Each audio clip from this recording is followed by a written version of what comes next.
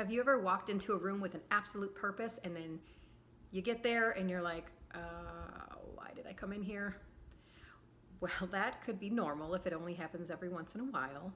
But if it happens to you frequently, especially if you have other symptoms such as difficulty concentrating and irritability, maybe some stomach cramps, heart palpitations, diarrhea and or constipation, you have difficulty falling asleep and or staying asleep, and maybe you even get some panic attacks. These are a few of the symptoms of anxiety.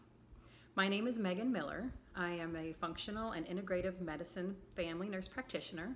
So rather than slapping some Band-Aids on your symptoms and sending you on your way, I like to look at the root cause of what's going on to get you feeling better for good. So where I start is the gut. And if you have some fire in your gut, most likely you've got fire in your brain. And by fire, I mean inflammation. There's a lot of different things that can cause that. One major one is stress. But things that are going on in your gut could be something called dysbiosis. That means you have an imbalance of the good and bad bacteria. Something called SIBO, S-I-B-O. It is a small intestinal bacterial overgrowth. Other bacterial infections, fungal infections. There's all kind of different things that can be going on in your gut that can cause some inflammation in your brain and really contribute to that anxiety. So we can look at that with different tests.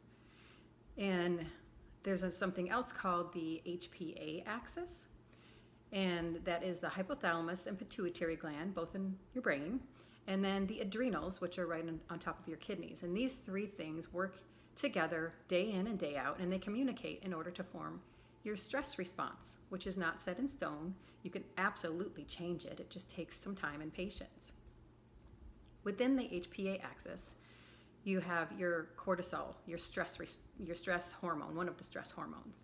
And that is supposed to be up more in the morning to wake you up. And then it goes down as the day goes on. And the melatonin is opposite.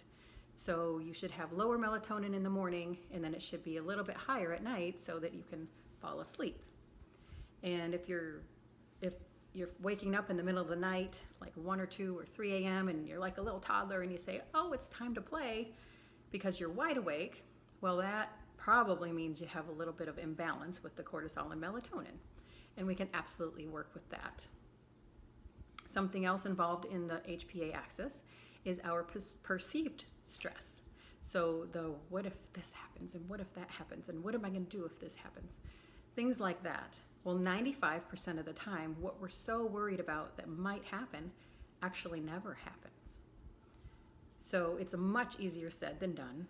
But of course, focusing on what's going on now is super, super important. And then something else involved within the HPA axis is there could be some blood sugar dysregulation. Not necessarily diabetes, but just the way that your blood sugar is. If it's too high or too low, that can cause some anxiety, especially if it's too low. Other things that could be contributing to your anxiety include some nutrient deficiencies. So especially if you've got something going on in the gut, some inflammation, it's going to affect your ability to absorb your nutrients. And we can work with that without even doing testing, but there's definitely tests that you can look at to see which specific nutrients are you lacking. And sometimes certain things like B vitamins, zinc, magnesium, choline, and DHA and EPA, those are super important to your brain health and to your brain feeling relaxed and not anxious. You all could also have some food sensitivities, which are different than allergies. You may not be very aware of what foods are causing certain symptoms until you cut them out and then slowly add them back in. And I've helped a lot of people do that.